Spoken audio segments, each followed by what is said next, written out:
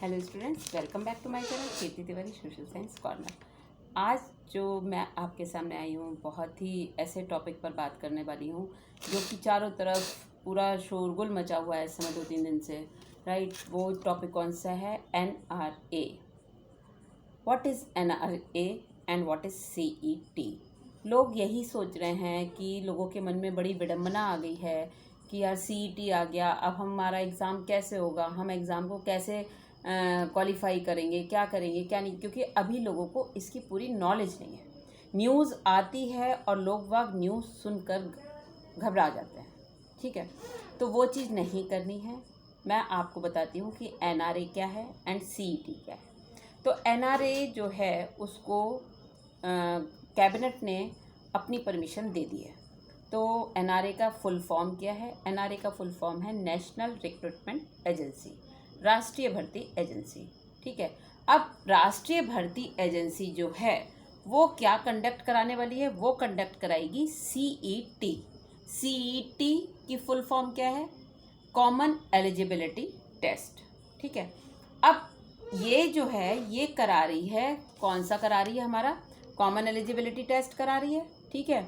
और अब लेकिन इसमें क्या है, अभी तक हमारे यहाँ जो हैं वो कितनी मतलब एजेंसीज़ हैं, रिक्रूटमेंट एजेंसीज़ कितनी है? आई थिंक 20 से भी ज़्यादा हैं शायद, ठीक है। लेकिन उसमें अभी NRA ने क्या किया है, अभी केवल 3 एजेंसीज़ को ही अपने अंडर में लिया है कि हम इन 3 एजेंसीज़ का एग्ज़ाम जो है वो कंडक्ट कराएंगे। वो 3 एजेंसीज़ कौन कौन सी हैं? SSC, SSC, RRB and IBPS। ऐसे तो इनका SSC का एग्ज़ाम अलग होता था, ठीक है, रेलवेज़ का एग्ज़ाम अलग होता है एंड IBPS का अलग होता है। लेकिन अब इन्होंने क्या कर दिया, बोला है कि इन तीनों का एग्ज़ाम, ठीक है, कंबाइंड होगा, मतलब एक ही एजेंसी कराएगी, वो कराएगी NRA। इसमें क्या होगा, अभी इसमें भी बहुत सारी ऐसी चीज़ें हैं जो लोगों को क्लियर नहीं है, ठीक है। अब इसमें क्या है, जैसे SSC है, IBPS है और RRB, इन तीनों का एग्ज़ाम NRA अगर करा रही है तो वो NRA एग्ज़ाम कराएगी ओनली एंड ओनली प्रीलिम्स, ठीक है। प्रीलिम्स एग्ज़ाम वो कंडक्ट करा रही है NRA। अब इसमें जो क्या मिलेगा, हमें जो फ़ायदा मिलेगा, ठीक है, वो क्या फ़ायदा मिलेगा? वो फ़ायदा ये मिलेगा कि पहले जैसे एग्ज़ाम्स SSC का एग्ज़ाम है, ठीक है, और उधर रेलवे का एग्ज़ाम है, दोनों के एग्ज़ाम्स की डेट क्लैश कर गई, ठीक है। अब जब दोनों के एग्ज़ाम्स की डेट क्लैश करती हैं तो जो कैंडिडेट है उसको क्या करना पड़ता है, उसको अपना मजबूरी में एक एग्ज़ाम छोड़ना पड़ता है, ठीक है। उसको अपना एक एग्ज़ाम मजबूरी में छोड़ना पड़ता है क्योंकि वो दोनों जगह तो अवेलेबल नहीं हो सकता ना। तो अब क्या है, या IBPS वाला, बैंक वाले जो देते हैं एग्ज़ाम, बैंकिंग एग्ज़ाम्स जो होते हैं, तो वो क्या करेंगे, अब ये तीनों के एग्ज़ाम एक ही कॉमन होगा एग्ज़ाम प्रीलिम्स का, उसमें कोई डेट का क्लैश नहीं है, ठीक है, कि हाँ भाई डेट क्लैश हो रही है, आप ये एग्ज़ाम नहीं दे सकते, वो एग्ज़ाम नहीं दे सकते। तो इसमें क्या है कि वो एग्ज़ाम आप ईजी वे में दे सकते हैं, ठीक है। और दूसरा क्या है कि जब हम एग्ज़ाम दे रहे हैं, ठीक है, अब ये एग्ज़ाम जो होगा लोगों को अभी भी थोड़ा सा क्या है कि उतना क्लियर नहीं हो पा रहा है, क्योंकि प्रीलिम्स लोग कह रहे हैं कि हो जाएगा। तो ये जो प्रीलिम्स मतलब ये जो NRA है वो ईयर में 2 टाइम्स कराएगी अपने एग्ज़ाम, ठीक है। ईयर्स में 2 बार एग्ज़ाम होंगे, तो लोगों को ये लग रहा है हम 2 ही बार एग्ज़ाम दे पाएंगे क्या? नहीं। आपने जो प्रीलिम्स एग्ज़ाम दिया है वो अगर आपने पास कर लिया है, ठीक है, पास कर लिया है, तो आप क्या है 3 ईयर्स के लिए वो वैलिड है, 3 ईयर्स के लिए वो वैलिड हो गया है एग्ज़ाम जो आपने क्वालिफाई कर लिया है, ठीक है। फिर उसके बाद 3 ईयर्स तक आप मेंस दो, इंटरव्यू जो भी मतलब कंडक्ट कराएगी, क्योंकि अभी तो ये NRA केवल एक ये वाला एग्ज़ाम कंडक्ट करा रही है प्रीलिम्स वाला।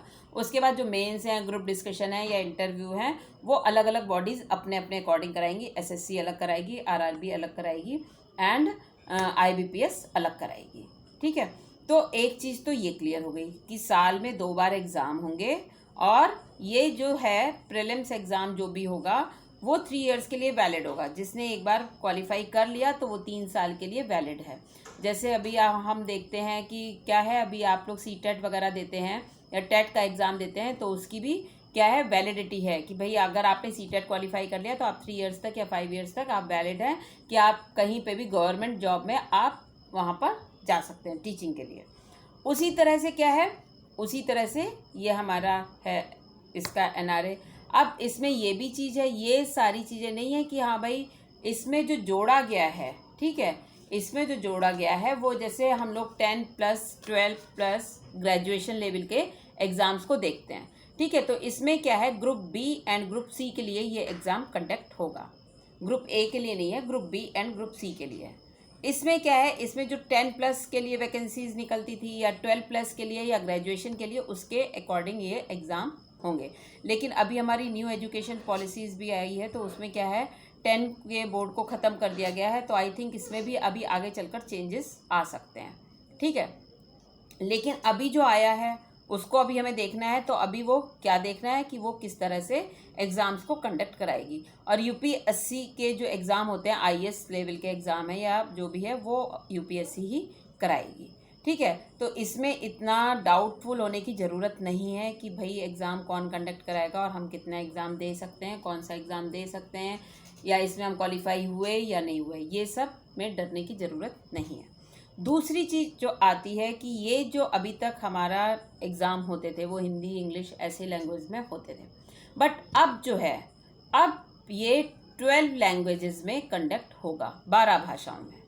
और फ्यूचर में ये भी सोचा जा रहा है कि फ्यूचर में जो हमारी कॉन्स्टिट्यूशन की 8th शेड्यूल में जितनी लैंग्वेज बताई गई हैं, ठीक है, जितनी लैंग्वेज बताई गई हैं, आगे चल कर फ्यूचर में शायद उन सभी लैंग्वेज में ये कंडक्ट कराया जाएगा। ये बहुत अच्छी बात है, क्योंकि जो रीजनल लेवल के लोग होते हैं वो एग्ज़ाम को नहीं दे पाते हैं। ज़रूरी तो नहीं हर किसी की हिंदी अच्छी हो, हर किसी की इंग्लिश अच्छी हो, ठीक है। तो अब जब रीजनल लैंग्वेज जो जितनी भी कॉन्स्टिट्यूशन में लैंग्वेज दी गई हैं उन लैंग्वेज पे एग्ज़ाम होगा, तो ये बहुत ही अच्छी बात है, ठीक है। अब यहाँ पे क्या होगा, ये एग्ज़ाम्स होंगे, इसके बाद ये वैलिड होगा 3 इयर्स तक, 12 लैंग्वेज में हो गया, ये सारा कुछ हो गया। और एज का अभी गवर्नमेंट की तरफ से कोई क्लियरिफिकेशन नहीं आया है कि इसमें एज का कितना रिलैक्सेशन रहेगा या कितना नहीं। वैसे तो हम सभी देखते ही हैं कि एज जो है जनरल की अलग रहती है, SC एंड ST को क्या करा जाता है, अलग से रिलैक्सेशन मिलता है। तो अब देखते हैं गवर्नमेंट की पॉलिसीज़ अभी, और अभी गवर्नमेंट इसको क्लियर करेगी कि हाँ भाई एज रिलैक्सेशन कितना है कितना नहीं है। और साथ ही अब हम क्या देखते हैं, इसके जो हम ये देख सकते हैं कि इसमें क्या है, हमें बहुत तरह से एडवांटेज मिलने वाले हैं। वो एडवांटेज कैसे मिलने वाले हैं, फर्स्ट तो मैंने आपको बता ही दिया था कि डेट क्लैश होती है, तो वो डेट क्लैश नहीं होगी अब, ठीक है, क्योंकि एक ही एग्ज़ाम है। और ये किस पे बेस्ड होगा, कंप्यूटर पे ऑनलाइन बेस्ड एग्ज़ाम होगा, ईजी रहेगा आप सबके लिए। और दूसरी बात ये कि आपको कोई भी एग्ज़ाम देना है तो आपको इधर उधर मूव नहीं करना है। जब मूव नहीं करना है, पहले क्या होता था, देखो अलग अलग आपने फॉर्म भरे, भाई जो SSC की तैयारी करता है वो सोचता है कि चलो ठीक है हम इसमें भी IBPS का भी भर देते हैं, वो उनका भी भर देते हैं, थोड़ा बहुत चेंज होता है सिलेबस में, लेकिन वो अपना मैनेज कर लेते हैं, क्योंकि जिसको जॉब चाहिए, जिसको गवर्नमेंट जॉब चाहिए, तो वो कहीं ना कहीं हर तरह से अपने हाथ पैर को मारने की कोशिश करता है। तो वो चीज़ क्या है, अलग अलग फॉर्म भरते थे, अलग अलग फॉर्म का पैसा जाता था हमारा, अलग अलग फॉर्म का पैसा जा रहा है, सेंटर पड़ रहा है, ठीक है। सेंटर पता चला आप रह रहे हैं गुजरात में, और आपने मतलब अगर आपकी पोस्टिंग गुजरात में सपोज दैट, और आपको यूपी में चाहिए जॉब, तो अब आप यूपी से फॉर्म भर रहे हैं, तो अब गुजरात से यूपी आना पॉसिबल नहीं है इतनी जल्दी, या आपकी डेट दोनों क्लैश कर रही, तो आप ऐसा तो नहीं है कि गुजरात से यूपी और यूपी से यूपी में भी कोई ऐसा नहीं है कि पर्टिकुलर प्लेस है, लखनऊ है या दिल्ली है, सॉरी लखनऊ है या कानपुर है, वहीं पर आपको मिलेगा, कहीं पे भी आपको मिल सकता है पूरे यूपी में सेंटर। तो वो चीज़ एक तो ख़त्म हुई, लोगों को मेंटली रूप से लोग फ्री हो गए, फिनेंशियल उनको बहुत फ़ायदा हुआ, क्योंकि आते जाते तो ट्रेन में रिजर्वेशन कराना है, आने जाने का खर्चा प्लस फॉर्म का खर्चा बता ही चुकी हूँ, साथ में मेंटली भी टेंशन नहीं है, क्योंकि क्या होता है, नहीं तो जो कैंडिडेट होता है वो भागता ही रहता है, कभी ये एग्ज़ाम दे रहा है, कभी वो वाला एग्ज़ाम दे रहा है, उसमें क्या होता है वो एग्ज़ाम के ऊपर पूरा फोकस भी नहीं कर पाता है। तो ये तो आपके लिए बहुत अच्छी बात है, ठीक है। तो एक तरह से ये हमें फ़ायदा हुआ, डेट क्लैश नहीं होगी, और फाइनेंशियली जो है हम लोग बहुत ज़्यादा, हमारा मतलब फाइनेंशियली हम इतना, हमें पैसा नहीं खर्च करना पड़ेगा फॉर्म पे, ठीक है। अब देखते हैं, इसमें लोग बाग कह रहे हैं सिलेबस भी चेंज होगा, तो सिलेबस चेंज क्या होगा, सिलेबस तो ऑलमोस्ट सब कुछ वही रहता है, कुछ पार्ट्स उसका ऐड किया जाता है, कुछ पार्ट्स जैसे एसएससी में अलग थोड़ा सा क्राइटेरिया होगा और बैंकिंग का अलग होता है थोड़ा सा, बाकी सब तो जो जीएस है वो भी वही रहेगी, ठीक है, रीजनिंग भी वही रहेगी, सब कुछ वही रहता है, बस थोड़ा सा मेथड को थोड़ा सा चेंज कर दिया जाता है। तो समटाइम्स सिलेबस को लेके इतना टेंशन लेने की ज़रूरत नहीं है। अब ये जो हमारा एग्ज़ाम फर्स्ट कंडक्ट होगा वो 2021 में होगा कंडक्ट, ठीक है। तो उसके लिए जो कैंडिडेट्स अपनी प्रिपरेशन कर रहे हैं उसको बहुत अच्छे से प्रिपरेशन करिएगा, बिल्कुल भी डरने की ज़रूरत नहीं है। ये बहुत अच्छी पॉलिसी आई है, जो गवर्नमेंट हमारी लिए पॉलिसीज़ को लेकर आ रही है वो वाकई में तारीफ़ काबिल है। पहले वो न्यू एजुकेशन पॉलिसी लेकर आई, वो भी उन्होंने बहुत अच्छा उस पर काम किया क्योंकि उसको बहुत ज़रूरत थी कंट्री को, और साथ ही अब ये वाली, क्योंकि हर जगह क्या है, अगर हम अपने आप को किसी भी तरह से लोगों के साथ चलना नहीं सीखेंगे तो हम पीछे ही रह जाते हैं। मोदी जी अपने आप को हर तरह से क्या करते हैं, अपडेट रखते हैं, उसी तरह से वो अपनी कंट्री को भी अपडेट रखना चाहते हैं, इसीलिए वो इस तरह की सारी एजुकेशन में भी रिफॉर्म्स कर रहे हैं, पॉलिसीज़ लेकर आ रहे हैं, और अब गवर्नमेंट जॉब सेक्टर में भी वो अपनी ये पॉलिसी लेकर आए हैं। तो हालांकि ये काफ़ी टाइम से वेटिंग थी, इसको फरवरी में ही जो हमारी फिनांस मिनिस्टर हैं फिनांस मिनिस्टर जो है निर्मला सीतारमण, उन्होंने पहले ही डिक्लेयर कर दिया था कि एनआरए पॉलिसी आने वाली है। आई थिंक आपको ये सारे पॉइंट्स क्लियर हो गए होंगे, अब आप लोगों को डरने की ज़रूरत नहीं है। जो कैंडिडेट्स प्रिपरेशन कर रहे हैं, wish you all the best, take care.